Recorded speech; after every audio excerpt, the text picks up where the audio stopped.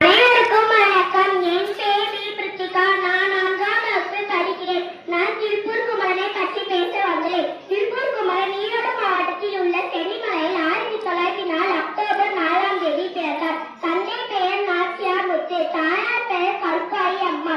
இளம் வயதிலிருந்தே இந்திய சுதந்திர போராட்டத்தில் கலந்து கொண்டார். 1932 காந்தியடிகளை கைது செய்ததை நடந்த போராட்டத்தில் திருப்பூர் குமரன் கலந்து கொண்டார். காவல்துறையினரின் கடுமையான தாக்குதலுக்கு உட்பட்டு உயிர் திறந்தார். போராட்ட களத்தில் நீண்ட போரும் மூவர்ண கொடியை கீழே விடவில்லை. இதனால் திருப்பூர் குமரன் கொடிக்காத்த குமரன் என அழைக்கப்படுகிறார். அவரது தியாகத்தை நினைவு கூறும் வகையில் அவரது நூற்றாண்டில் இந்திய அரசு அஞ்சல் தலை வெளியிட்டு சிறப்பித்தது. புகழ்ந்து இயங்காதே, இகழ்ந்தால் தளராதே, குறிக்கோள் இல்லாத வாழ்க்கை வெறும் குப்பை மேடுதான். உங்களை நீங்கள் மதியுங்கள், உங்களை நீங்கள் மதிக்கவில்லை என்ற பேர் எப்படி உங்களை மதிப்பார்கள்? எண்ணங்கள் அழகானால் வாழ்க்கையும் அழகாகும். நன்றி, வணக்கம். அனைவருக்கும் வணக்கம். என் பெயர் வீடவினா. நான் 4ஆம் வகுப்பு படிக்கின்றேன். நான் இப்பொழுது காமராஜர் பற்றி பாடல் பாட வந்துள்ளேன். கல்வி தந்தை யாரவரே, தொழில் மேதை யாரவரே, கல்வி தந்தை யாரவரே, தொழில் மேதை யாரவரே, ஊருக்கு உழைத்த மனிதன் யார்தான் அவரே, தமிழ் உள்ளங்களில் வாழ்ந்து வரும் காமராசரே, ஊருக்கு உழைத்த மனிதன் யார்தான் அவரே, தமிழ் உள்ளங்களில் வாழ்ந்து வரும் காமராசரே, தென்னாட்டு காந்தி அவரே ஏழை பங்காளி, தென்னாட்டு காந்தி அவரே ஏழை பங்காளி, பள்ளியில் படித்ததில்லை, பட்டங்களும் பெற்றதில்லை, பாமரருக்கு கல்வி வேண்டும் என்று நினைத்தார். பள்ளியில் படித்ததில்லை, பட்டங்களும் பெற்றதில்லை, பாமரருக்கு கல்வி வேண்டும் என்று நினைத்தார். அவர் கல்விக்காக எத்தனையோ பள்ளிகள் திறந்தார். அவர் கல்விக்காக எத்தனையோ பள்ளிகள் திறந்தார். தென்னாட்டு காந்தி அவரே ஏழை பங்காளி, தென்னாட்டு காந்தி அவரே ஏழை பங்காளி, எப்போதும் விழித்திருந்தால் ஏழையாய் தான் வாழ்ந்தார். எல்லோருக்கும் உணவு வேண்டும் என்று நினைத்தார். எப்போதும் விழித்திருந்தால் ஏழையாய் தான் வாழ்ந்தார். எல்லோருக்கும் உணவு வேண்டும் என்று நினைத்தார். வயலில் விளைக்க நீரை தேக்க அலைகள் திறந்தார். வயலில் விளைக்க நீரை தேக்க அலைகள் திறந்தார்.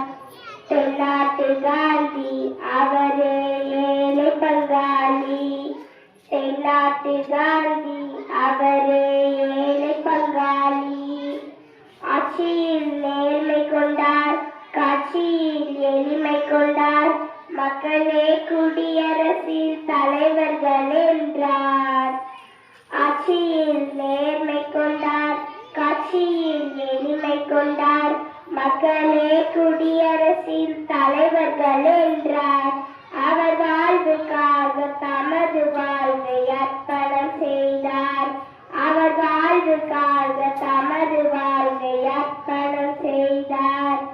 தென்னாட்டு காந்தி அவரே ஏழை பங்காளி, தென்னாட்டு காந்தி அவரே ஏழை பங்காளி, கல்வி தந்தை யாரவரே, தொழில் மேதை யாரவரே, கல்வி தந்தை யாரவரே, தொழில் மேதை யாரவரே, ஊருக்கு உழைத்த மனிதன் யார்தான் அவரே, தமிழ் உள்ளங்களில் வாழ்ந்து வரும் காமராசரே, ஊருக்கு உழைத்த மனிதன் யார்தான் அவரே, தமிழ் உள்ளங்களில் வாழ்ந்து வரும் காமராசரே, தென்னாட்டு காந்தி அவரே ஏழை பங்காளி, தென்னாட்டு காந்தி அவரே ஏழை பங்காளி.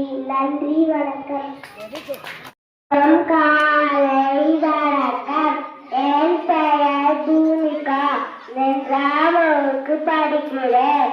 நான் இப்போது சுதந்திர பற்றி பேச வந்துள்ளேன். ரத்தம் சிந்தி வாங்கிய சுதந்திரம் இது. போற்றி பாதுகாப்பு நம் கடமை. பல தாதுகளின் தாகத்தால் விளைந்து நம் சுதந்திர காற்று. நன்றி, வணக்கம். என் பெயர் ஜீவிகா. நான் 2ஆம் வகுப்பு படிக்கிறேன். நான் சுதந்திர தினத்தை பற்றி பேச வந்துள்ளேன்.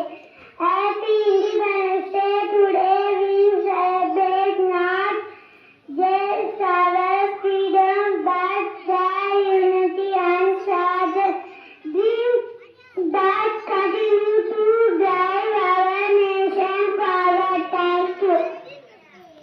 Very good. I am Daksha from 10th standard. Today I am going to say a poem, The Flag, Cycle of Flag, like I see. This is the land for you and me. Let's study hard and do our best to make our India shine the most. Proud to be an Indian. Jai Hind. Vande Mataram. Thank you.